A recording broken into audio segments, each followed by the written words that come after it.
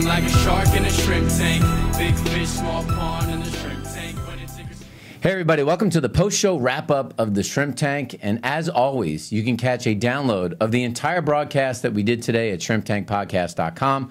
And you can always download us on iTunes. This is where you get the good information. If you do not have the money to get an MBA course in entrepreneurship, you do it right here in the Shrimp Tank. You listen to our guests, some of the brightest and best business owners in and around the city of Atlanta and the state of Georgia.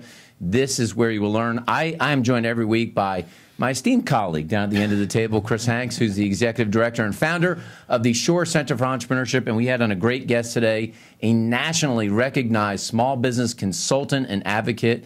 And Tim, it was great to have you on the show today. Great. Thank you, Ted. I enjoyed being on the show. Yeah, Tim, I particularly really enjoyed it because, you know, you and I go way back, and I've become so much better, not only as a business owner, but in what I do now as far as trying to get the best out of people, as far as students or other business owners because of you. So for me, it was particularly fun. So I want to ask you a question that we didn't talk about on the show is, you know, a CEO wears several different hats or has so many different roles within an organization.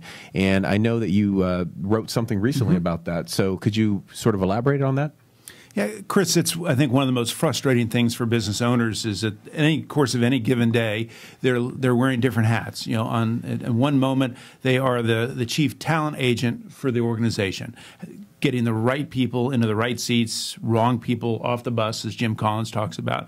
And then they're the scorekeeper for the organization. They're responsible at the highest level for making sure that we're keeping score of the game. Are we winning? Are we losing? Are we making money? Are we growing the organization? They're also the chief designer for the organization, policies, procedures, systems, what goes first, making sure that the organization is running efficiently. And then I think of it, they're like a race car driver because they are responsible for the speed and the direction of the company. And you put all of those together, and it's a really difficult job. You know, Tim, a lot of entrepreneurs that are watching the post-show wrap-up make huge mistakes when it comes to hiring people into their business. And I'm wondering how you coach your CEOs about making better hires so they can have better retention in their organization. How do you coach them about how to become really great at that? Because it's a difficult skill to learn. Ted, that's a great question. One of the biggest challenges business owners are facing today is finding talent for their organizations. I think it starts in the sourcing, you know, being able to find people now. The best people now in today's market are not looking for jobs. They're fully employed.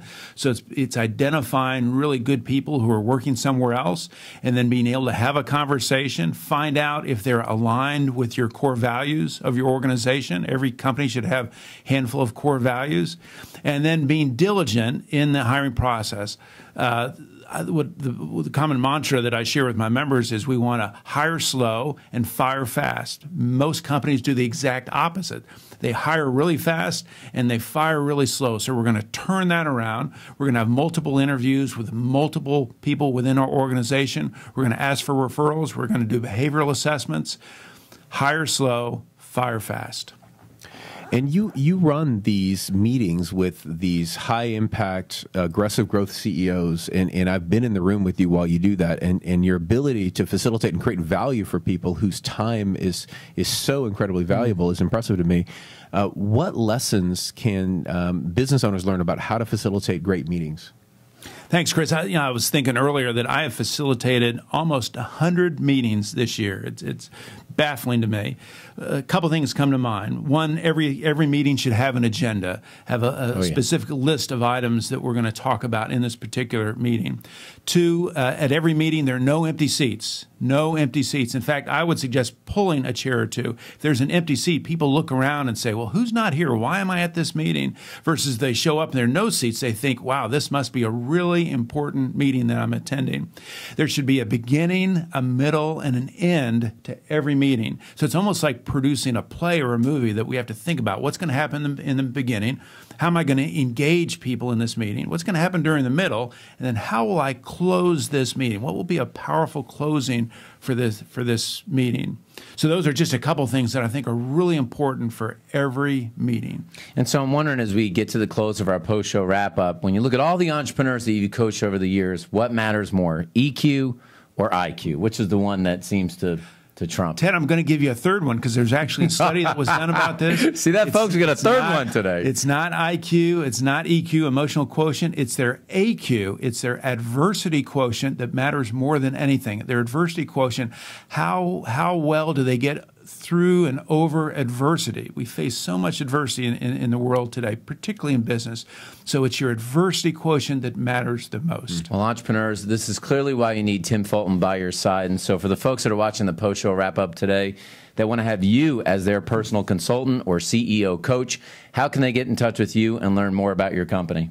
Ted, the website is smallbusinessmattersonline.com. My phone number is 678-427-9436. And again, smallbusinessmattersonline.com. And folks that want to start the new year right and they want to get a handle on your books, Small Business Matters and Small Business Matters and all that jazz, how can they get access to those books? The books are available on Amazon or they can be purchased through our website. Well, folks, we learn a ton of stuff every week right here on the Shrimp Tank. And today, I learned something new. It's not about IQ, it's not about EQ, but it's about AQ. And my sense is if you have that adversity quotient, you too will be able to succeed as an entrepreneur. And that's our post-show wrap-up of the Shrimp Tank.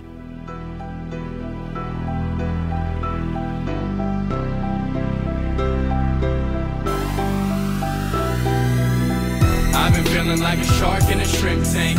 Big fish, small pond.